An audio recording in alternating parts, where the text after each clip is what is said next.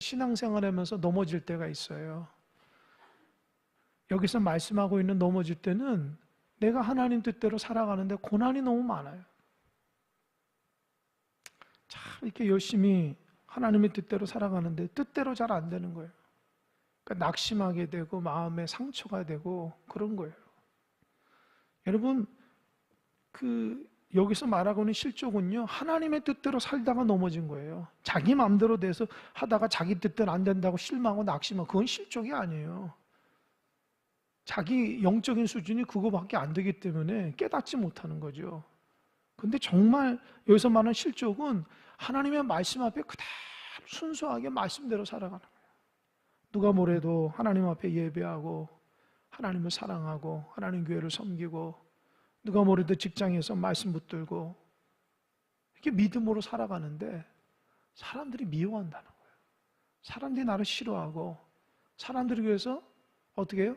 내가 너무너무 힘들다는 거예요. 여러분, 신앙생활하면서 야, 신앙 때문에 이렇게 힘드는구나, 이런 걸 경험해 보신 분이 있는지 모르겠어요. 믿지 않은 가정 가운데 혼자 이렇게 신앙생활하면은 외롭고 힘들 때가 있어요. 아마 여러분 명절 때 가서 여러분 집안 중에 제사를 드리는 집안이 있는지 모르겠어요. 크게 그 제사상이 전하는데 여러분들은 나 예수 믿기 때문에 뒤에서 기도만 하겠다 그러면 막 사람들이 손가락질하고 집안의 어른들이 막 욕하는 분이 있는지 모르겠어요.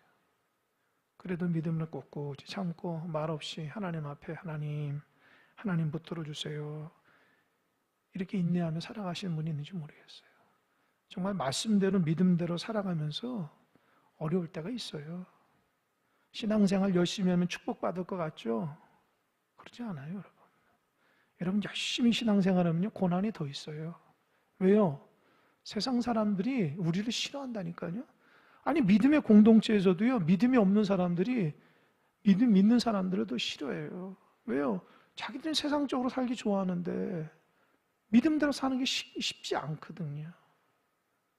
그러니까 믿음대로 막 살아가게 되면은 존경받고 귀하게 여길 것 같은데 그렇지 않아요. 하나님의 원리대로 살아가게 되면 고난이 있고 넘어지게 됩니다. 그래서 주님께서 이렇게 말하는 이유, 너 신앙생활하면서 넘어지지 않기 위해서 내가 얘기하는 거다.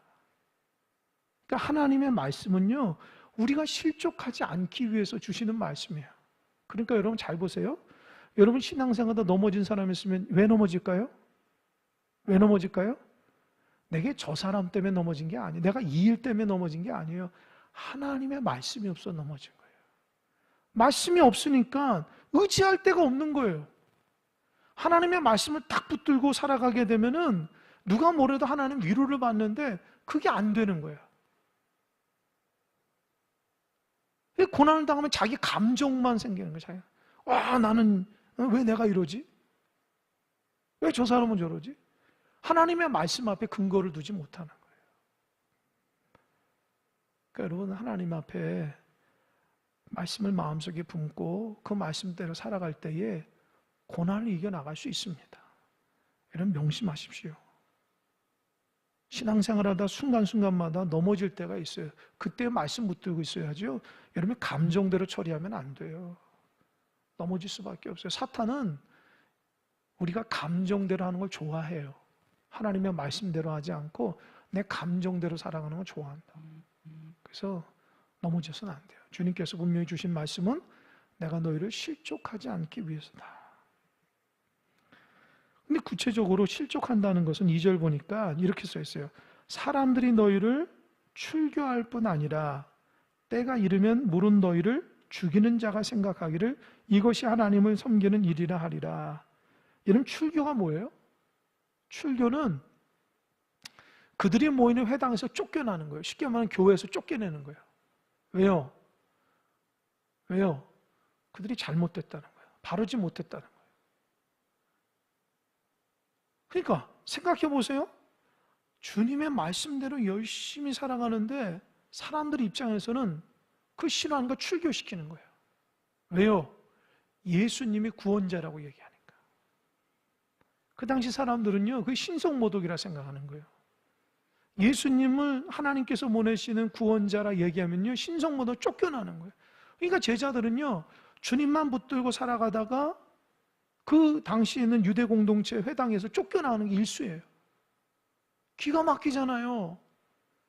제자들은 예수님께서 하나님 보내신 분이기 때문에 그분을 잘 받들고 그분의 말씀대로 살아가는 것이 자기의 신앙 고백인데, 그렇지 않는 사람은요, 예수를 메시아로 인정하지 않으니까 쫓겨내는 거예요. 신성모독이라. 기가 막히죠. 또 예수를 메시아로 여긴다고 죽이는 거예요. 근데 더 기가 막힌 뭐라고 그랬어요? 2절에 하반절에 보니까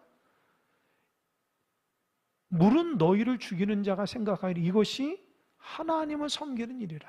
예, 자막됐습니다. 하나님을 섬기는 일이라. 이게 뭐예요?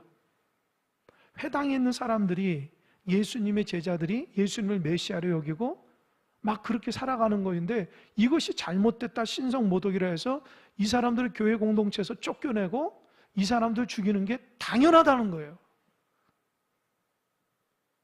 무슨 말인지 알겠습니까? 그들 입장에서는 예수가 메시아가 아니기 때문에 예수를 메시아로 여기는 자는 이단이고 죽여야 마땅한 사람이라는 거예요. 그래서 그렇게 강박한 거예요. 여러분, 예수님 당시의 종교 지도자들 보세요. 대제사장에서부터 사두개인들, 바리새인들, 제사장들 보세요. 이 사람들이 예수를 죽이려고 했거든요. 왜 그렇게 죽일까? 그들 입장에서는 예수가 신성모독이라 생각하기 때문에 하나님 입장에서 죽여야 마땅하다 생각한 거예요. 그러니까 이 마음이 강박하니까 자기들이 하는 일들이 모두 다 하나님 합당하다는 거예요. 사도 바울 보세요. 사도 바울은 예수님 믿기 전에 예수 믿는 사람을 때리고 오게 가두는 일을 아주 전문적으로 한 사람이에요. 예수를 믿는 사람들은요, 다 죽어야 마땅하다는 생각한 거예요. 그래서 이런 일들을 사람들이 좋아하니까, 그래서 스데반을 죽였잖아요. 스데반을 죽이니까 사람들이 굉장히 좋아했어요, 유대인들이. 그러니까 사도 바울이 거기에서 힘을 나가지고 저기 다메섹, 북쪽에 있는 다메섹까지 공문을 받아가지고 가서 예수 믿는 자를 잡으러 가려고 했거든요. 왜 그러냐? 그것이 하나님의 뜻이라고 생각한 거예요. 이게 참 무서워요. 하나님에 대한 바른 신앙을 갖지 못하면요, 그것이 자기의 뜻이라고 생각하면은 하나님 앞에 대적을 할 수 있어요.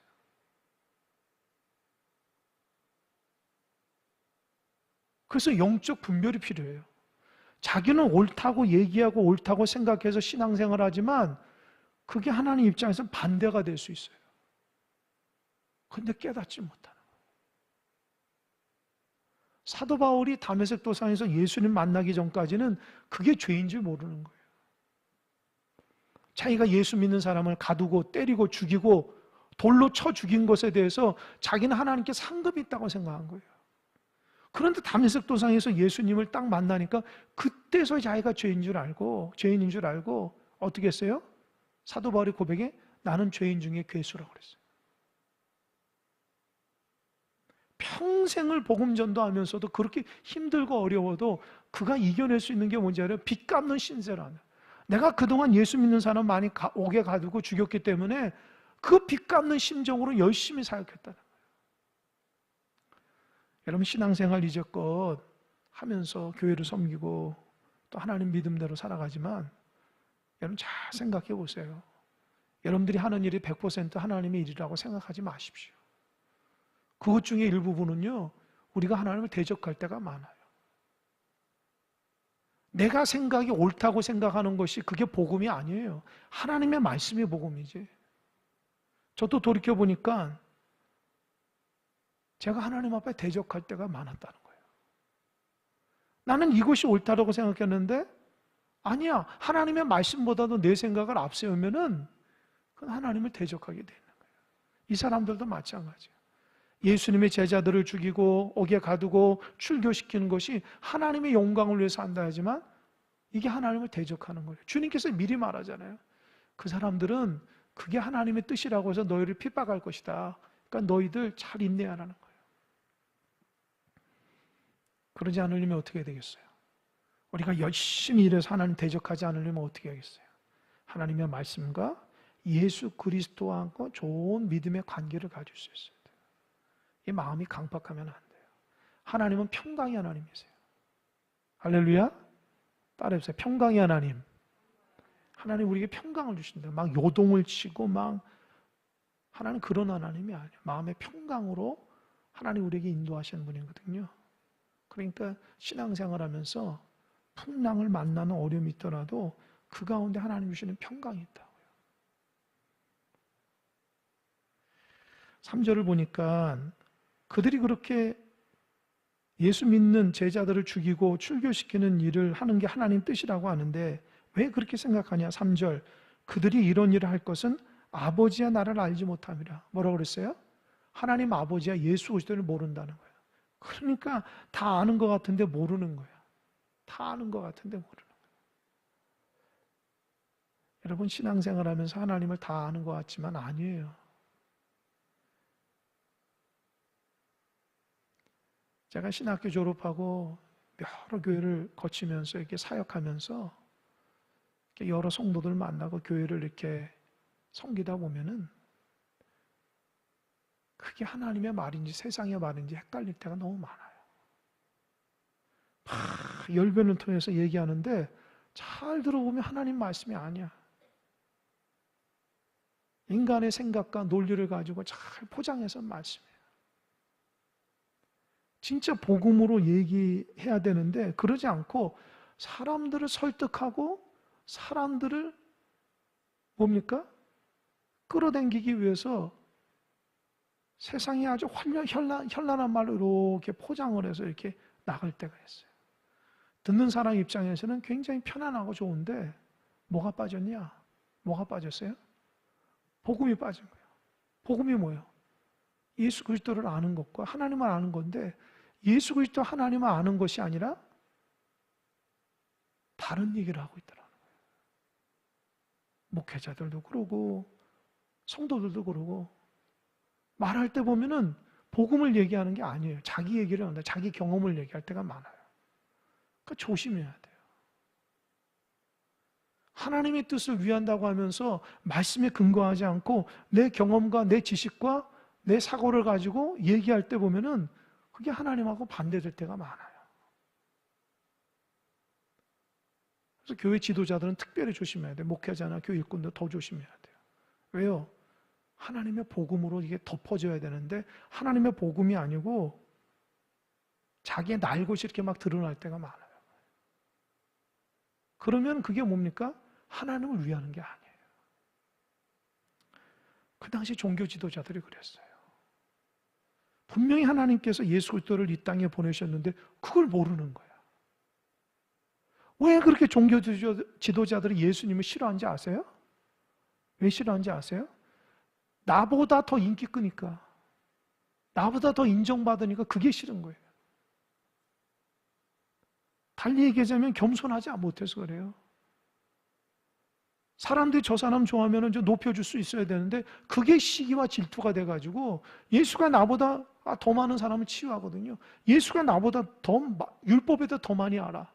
예수가 나보다 사람들을 더 이렇게 끌어모으는 게 더 많으니까 어느 순간 자기는 어떤 제도적인 직제 안에서 갖고 있는 직책이 있는데 예수는 그런 게 아니잖아요. 그러니까 제도적으로 눌러버리는 거예요. 저 사람은 제사장도 아니고 저 사람 선지자도 아니고 저 사람은 뭐 율법학자도 아닌데 왜 저러고 다니지?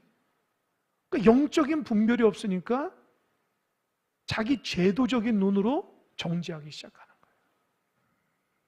그러니까 하나님을 모르는 거예요. 진짜 예수를 모르는 거예요. 그러니까 주님이 미리 얘기하잖아요. 그 사람들이 모르기 때문에 하나님을 위한다면서도 예수를 반대하는 경우가 많다. 그리고 4절 보세요. 오직 너희에게 이 말을 한 것은 너희로 그때를 당하면 내가 너희에게 말한 이것을 기억나게 하려 하며 처음부터 이 말을 하지 아니한 것은 내가 너희와 함께 있었습니다. 보세요. 2절에서 보니까 출교와 죽이는 거잖아요. 출교와 죽이는 그런 일을 당하게 되면 내가 너에게 말한 걸 기억하라는 거예요. 지금 이 말씀을 기억하라는 거예요. 예수님이 죽으시고 이제 부활 승천하시면 이제 떠날 거 아닙니까? 그러면 자기 혼자 예수의 신앙을 가지고 막 살아가고 예수님 평상시에 말씀하신 대로 막 살아가면 나에게 축복이고 대단할 것 같은데 아니에요. 나를 교회에서 쫓아내려고 그래요. 나를 죽이려고 한다고. 그러니까 제자들이 너무 당황스러운 거예요. 하나님 이게 뭡니까? 주님 이게 뭡니까? 내가 주님 뜻대로 살아가는데, 야, 내가 얘기했지 않았냐? 저 사람들이 하나님을 모르고 예수를 모르니 너희를 죽이고 출교하는 게 자기들은 의로움이라 생각한다. 이거 버텨야 된다. 내가 얘기하니까 오해하지 말라는 거예요. 이상하게 여기지 말라는 거예요. 너희들이 하나님의 백성이기 때문에 너희들을 싫어하고 미워한다는 거예요. 이해가 되십니까? 그러니까 고난을 당하게 되면은 뭘로써 이겨내야 돼요? 뭘로써 이겨내야 돼요? 하나님의 말씀으로. 하나님 말씀이 없이는요, 다 나가 떨어져요. 5절도 마찬가지입니다. 지금 내가 나를 보내신 이에게로 가는데 너희 중에서 나더러 어디로 가는지 묻는 자가 없고 도리어 내가 이 말을 함으로 너희 마음에 근심이 가득하다. 이 5절에서 6절은 제자들이 예수님이 자꾸만 내가 어디를 간다, 내가 너를 떠난다. 여러분, 오늘 본문의 말씀은요, 예수님이 마지막 제자들과 함께 있을 때 나눈 이야기예요. 그러니 예수님께서 마지막 그들 보면서 있는 얘기 다 하신 거죠. 우리는 그냥 그 마지막 6월절 이렇게 식사하면서 그 정도만 알지만, 이 요한복음은요, 예수님이 마지막 그 시간에 제자들에게 많은 얘기를 했던 것을 기록하고 있는 거예요. 너희들 앞으로 고난이 있을 거야. 걱정하지 마라. 내가 너희를 위해서 예비해 하늘나라로 간다. 내가 다시 올 거다. 제자들은 다 얘기해 주는 거예요. 근데 제자들은요, 주님이 떠난다고 하니까 막 근심하고 걱정하는 거예요. 늘 주님 때문에 신났는데, 주님 때문에 기적을 베풀 때 사람들이 자기에게 인기를 주니까 자기도 우쭐하고, 주님께서 오병기적으로 먹는 것도 해결하고, 주님 옆에만 붙어 있으면 그래도 잘 사는 거예요. 근데 주님이 없다고 생각하니까 상상하기 싫은 거예요. 막 근심하게 되는 거죠. 그래서 근심하지 말라고 이런 얘기를 하는 겁니다. 그러면서 주님께서 자기가 이 땅을 떠나야 되는 이유를 얘기합니다. 7절 한번 읽어볼까요? 그러나 내가 너희에게 실상을 말하노니 내가 떠나가는 것이 너희에게 유익이라. 내가 떠나가지 아니하면 보혜사가 너희에게로 오시지 아니할 것이요 가면 내가 그를 너희에게로 보내리니. 누구를 보낸다고 그랬어요? 보혜사. 보혜사가 뭐예요? 성령님이죠. 보혜사가 뭐랬어요? 나를 옆에서 돌보고 보호하고 위로하고 격려해 주신 분이 성령님이에요. 보혜사 성령이에요. 그러니까 여러분 보세요. 누가 여러분들 성령 충만하라 이렇게 얘기하면은 어떤 생각들이 막 방언하고 막 예언하고, 그것만이 성령 충만이 아니에요. 성령 충만은요, 위로를 받는 거예요. 그러니까 여러분 잘 들으십시오. 내가 누군가에게 위로받으려고 하지 마시고요, 성령님이 나에게 위로하는 것에 귀 기울여야 돼요. 믿는 사람이 분별을 못하니까 자꾸 사람한테만 위로받으려고 그래요. 성령께서 내 안에서 위로를 해주시는 거예요. 성령의 본질적인 사역은 내가 하나님 말씀 붙들고 기도하고 예배하며 살아갈 때 성령이 나를 위로해 주는 거예요. 그러니까 사람한테 위로받으려고 했다가 상처받을 때가 얼마나 많아요. 여러분, 누가 여러분 위로해 준 사람이 있나요? 여러분도 여러분 스스로 위로를 잘 못하는데 누구에게 위로를 받겠어요? 첫 번째로는 성령님 내 안에 계신 분이 나를 위로해 주신 분이에요. 그러니까 기도할 때나 예배할 때나 하나님 말씀 붙들고 주님 의지할 때 그게 위로가 되는 거예요. 그러니까 예배상을 못하는 사람 위로를 받지를 못해요. 기도하지 못하는 사람 위로를 받지 못한다고. 왜요? 성령님과 교제가 끊어지니까. 그래서 가장 위로를 잘 받는 사람이 누군가 보세요. 예배상을 잘하는 사람이에요. 100%예요. 예배상을 잘하는 사람은 위로를 받아요. 하나님 앞에 열심히 기도하는 사람은 위로를 받는다고. 왜요? 성령께서 위로해 주세요. 기도하는 정도를 위로하고 하나님 말씀 붙들고 살아가고 힘들거려도 예배하는 사람에게 성령께서 위로를 해주는 거예요. 그러니까 여러분, 진정한 위로는 성령으로도 받아야 돼요. 성령으로 받아. 그러니까 예수님이 이 땅 가운데 사명을 다 끝내시면은 위로자 되는 성령께서 우리에 오셔서 우리 마음속에 거하셔서 우리를 위로하고 그 고난 가운데 우리를 이끌어 가시는 거예요. 그게 신앙이에요, 여러분.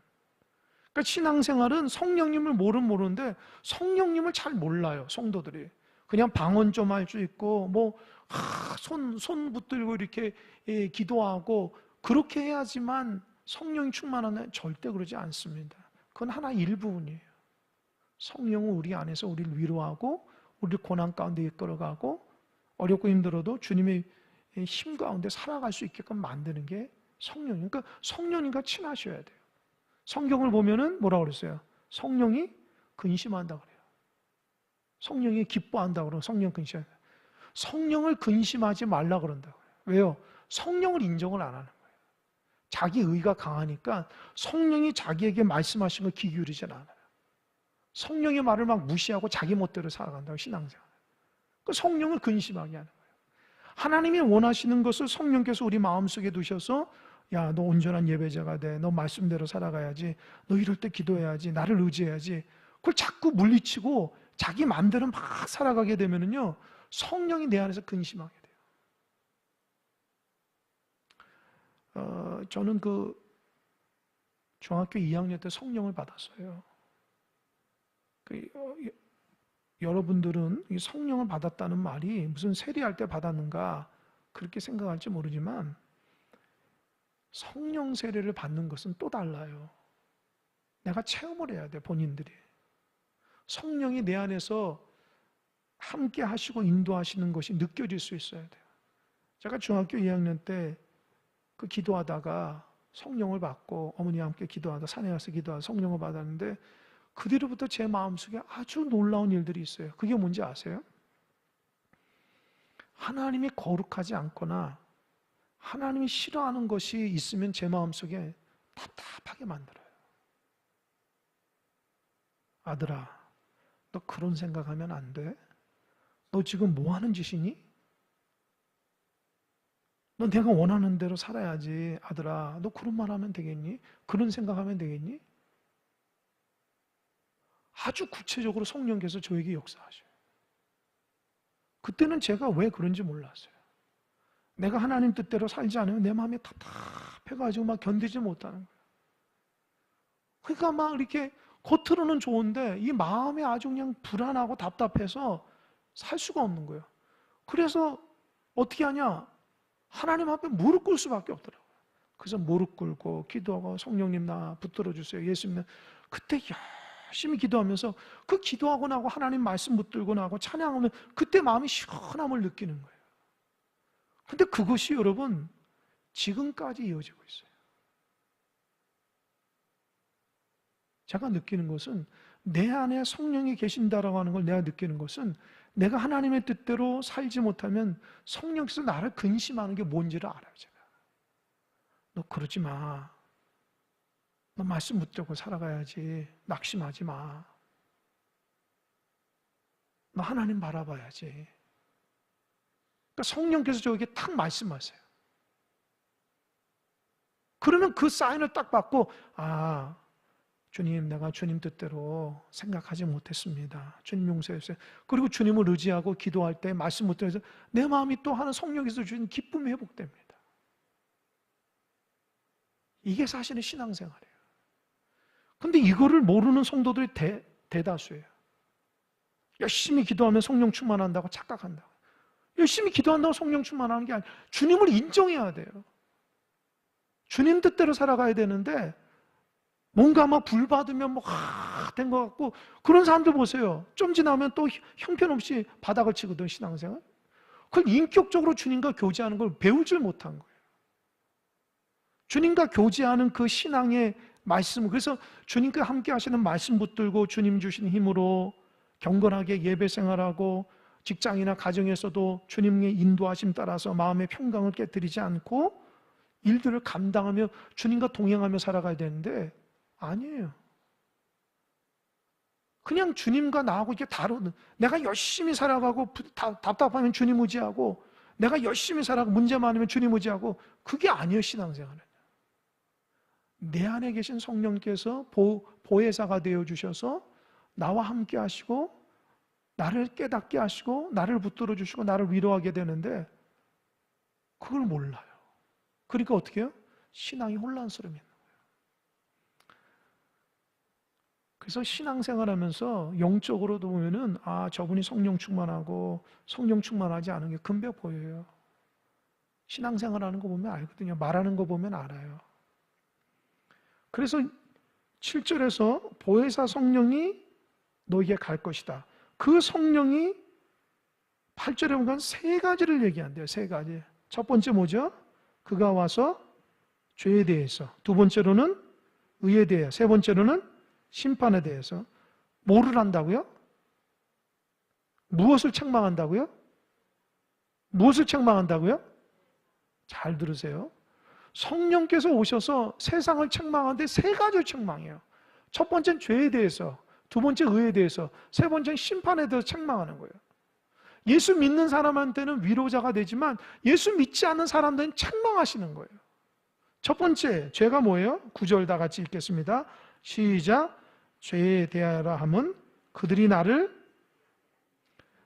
저 좀 보세요. 예수님 믿지 않으면 죄입니다. 할렐루야. 예수님 믿지 않고 여러분 뜻대로 하면 죄예요. 그러니까 죄 짓지 마시라고요. 내가 교회 다닌다고 죄를 짓는 게 아니고 예수를 믿지 않는 거예요. 내 경험과 내 지식을 앞세우고 내 생각을 앞세우면 주님을 뒷전으로 모시게 되면요, 그게 죄예요. 성령님이 그걸 지적한, 너 지금 죄 졌어.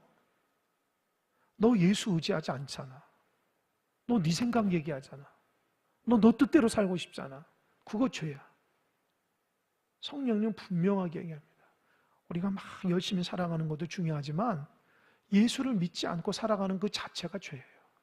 교회를 아무리 열심히 다니고 내가 말씀을 읽어도 내 마음속에 계시는 주님을 주인으로 모시지 않고 믿지 않고 내 의지대로 살아가게 되면 그게 죄예요.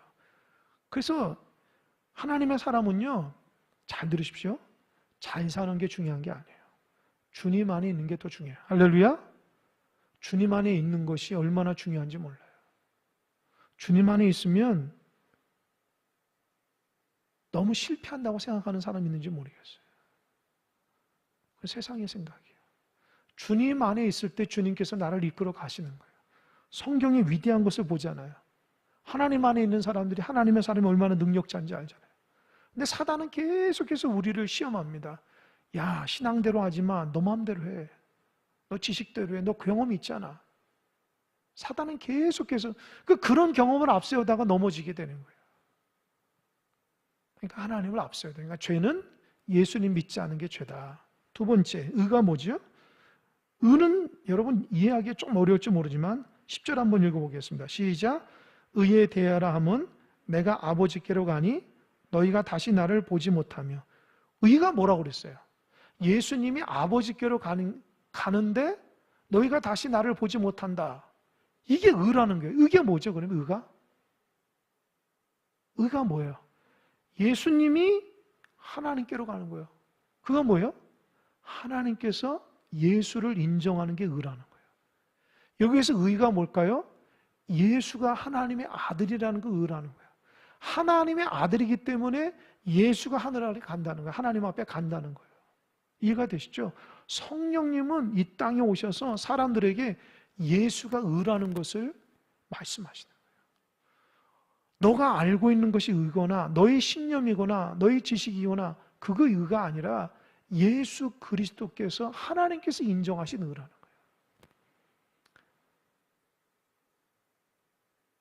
그래서 우리가 그러잖아요. 로마서 핵심이 뭐예요? 이신득의예요. 한자로 이신, 믿음으로써 득의, 의를 얻는다는 거예요. 로마서를 쓰면서 사도 바울 로마 교회 성도들에게 열심히 뭔가 하면은 구원을 이룬다고 착각했어요, 사람들이. 그런데 율법을 아무리 열심히 해도 의가 의롭지 않아요. 의는 예수 그리스도를 나의 구주로 모시는 자만이 얻어지는 거거든요. 그러니까 성령님은 이 땅에 오셔서 우리에게 의가 뭐냐? 너가 예수를 의지하고 예수님 붙들고 살아가는 거, 의라는 것을 정확하게 얘기하는 거예요.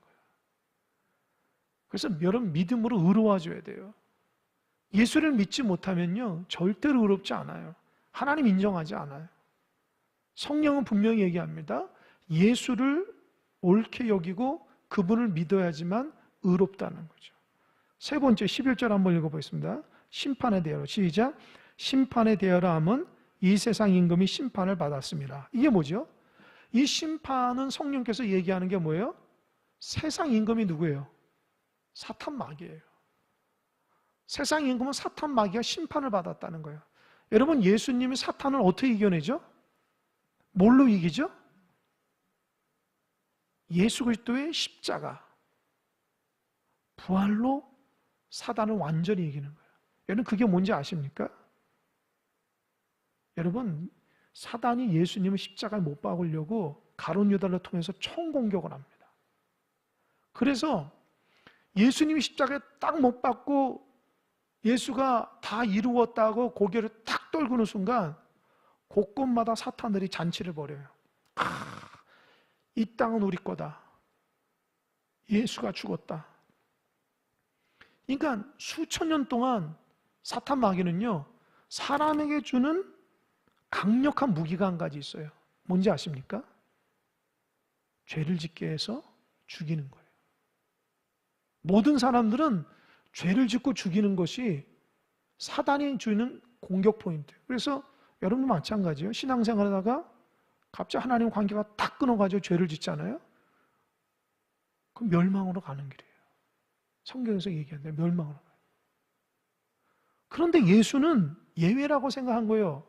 근데 사단은 총 공격을 하니까 제자들로 예수를 죽이려고 하죠. 그 당시 종교 지도자들도 예수를 죽이려고 하죠.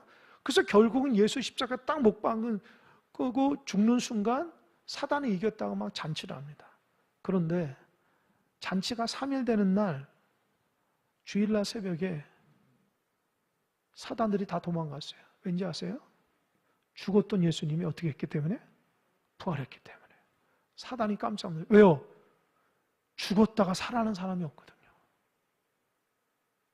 그래서 사단도 사람을 죽일 수 있지만 예수가 부활했기 때문에 더 이상 건드릴 수가 없는 거예요. 그러니까 예수는 십자가 사건과 부활 사건을 통해서 사단을 이긴 거예요. 할렐루야. 그렇기 때문에 성경에서 말하기를 그 죽었다가 부활하신 예수를 믿으면 우리도 승리하는 거예요. 할렐루야. 우리의 승리가 우리의 열정과 헌신이 아니라 예수 그리스도의 십자가 사건과 부활 사건을 믿어야지만 사단이 우리를 못 건드리는 거예요. 그러니까 신앙생활하면서도 십자가 사건과 부활 사건을 신경 쓰지 않고 신앙생활하려고 윤리 도덕적으로 하시는 분이 많아요. 예수 믿으면 평안하고 축복받고 뭐 거짓말하지 않고 뭐 이렇게 마음 좀 편안하고 그렇게 신앙생활하는 사람들이 다 넘어진 이유가 뭔지 아세요? 십자가 부활을 집중하지 않기 때문에. 예수 믿는 사람은요, 십자가 사건과 부활 사건을 고백해야 하지만 사탄이 우리를 안 건드리는 거예요. 그러니까 여러분 신앙생활하면서 본질적으로 예수 그리스도의 십자가 사건과 부활 사건이 아니고 자꾸 세상적인 축복만 바라고 자기 평안한 데만 살아가려고 하십시오. 반드시 넘어집니다. 제가 설교할 때 그러잖아요. 그거 너무 좋아하지 말라고. 십자가 사건과 부활 사건 없이 어떻게 평안이 일어납니까? 근데 십자가 사건과 부활 사건을 제대로 믿으려면 힘든 거예요. 십자가를 지어야 되거든요. 그러니까 신앙생활은 쉽지가 않아요. 누가 신앙생활 쉽다고 그랬어요? 열심히 신앙생활하다 하루아침에 넘어지는 거예요. 왜요? 알고 보니까 예수 그리스도의 십자가 부활 사건을 의지하지 않고 자기 의로 신앙생활 하거든. 예수 믿는 사람이요, 마지막 죽음에 보면 막 저주를 품으면서 막 나 죽기 싫다고 하신 분들도 있어요. 평상시 예수를 제대로 믿지 못한 거예요. 그냥 자기 도덕적으로 믿은 거예요. 그러니까 심판에 대하라 함은 예수님이 십자가 사건과 부활을 통해서 세상 임금 사탄을 이겼다는 것을 분명하게 성령께서 얘기하는 거예요. 세 가지 뭐라고 그랬어요? 첫 번째 뭐라고 했어요? 죄. 예수 믿지 않은 게 그 죄고. 두 번째 의. 예수님이 하나님의 아들이기 때문에 의고. 세 번째, 예수 그리스도가 죽음과 부활을 이기셨기 때문에 사단을 이겼다. 이게 성령께서 말하고 있는 세 가지 모두 다 뭐예요? 예수 그리스도가 초점이에요. 그러니까 성령님과 함께 동행한 사람도 보세요. 그 입에서 예수 말하는 거예요. 다른 거 얘기하지 않아요. 세상 성령 충만한 사람은 다른 얘기하지 않는다고요. 자기 얘기하지 않는 게 아니에요. 그러니까 12절 보세요. 내가 아직도 너에게 이를 것이 많으나 지금은 너희가 감당하지 못하리라. 더 많은 것을 얘기하고 싶어도 제자들이 이해를 못하는 거죠. 그러면서 13절, 그러나 진리의 성령이 오시면 그가 너희를 모든 진리 가운데로 인도하시리니 그가 스스로 말하지 않고 오직 들은 것을 말하며 장래의 일을 너에게 알리시리라. 그러니까 성령이 무슨 성령이요? 진리의 성령이 오시면 어떻다고 그랬어요? 성령이 자기 얘기하는 게 아니라 어떻게 했어요? 오직 들은 것을 말하고 또 장래를 너에게 알린다는 거예요. 그럼 성령님은 누구한테 들어요? 누구한테 들어요? 여러분 성령이 누구한테 들어요? 저 좀 보세요. 저 좀 보세요. 이제 다 끝났으니까 저 좀 보세요. 집중하세요. 예배 1시간도 잘 들으세요. 집중해서 드려서 성령께서 기뻐하신 예배가 돼야죠. 집중하지 못하면 안 돼요. 14절 한번 읽어보겠습니다. 시작. 그가 내 영광을 나타내니 내 것을 가지고 너에게 알리겠습니다. 여기서 내 것이 누구 거예요? 여기서 내 것이 누구 거예요? 내 것이 뭐예요? 내 것이 뭐예요? 예수님의 것이에요. 그러니까 성령께서 예수님이 이 땅에 계시다가 부활 승천해서 올라가시면 성령이 오셨는데 성령은 자기 스스로 얘기하지 않고 들은 거, 예수님으로부터 들은 거, 예수님으로부터 알고 있는 것만 얘기한다는 거예요. 아까 얘기했잖아요. 죄에 대해서, 의에 대해서, 심판에 대해서 다 예수 그리스도의 핵심이잖아요. 그죠? 그러니까 성령 충만하면요, 그 입에서 예수의 말이 나오는 거예요. 그래서 누가 성령 충만한가 보세요. 입만 열면 예수님, 예수님 얘기하는 사람이 성령 충만한 거예요. 그러니까 여러분 성령 충만하시기 바랍니다. 예수님밖에 없는 거예요. 신앙생활하는 게.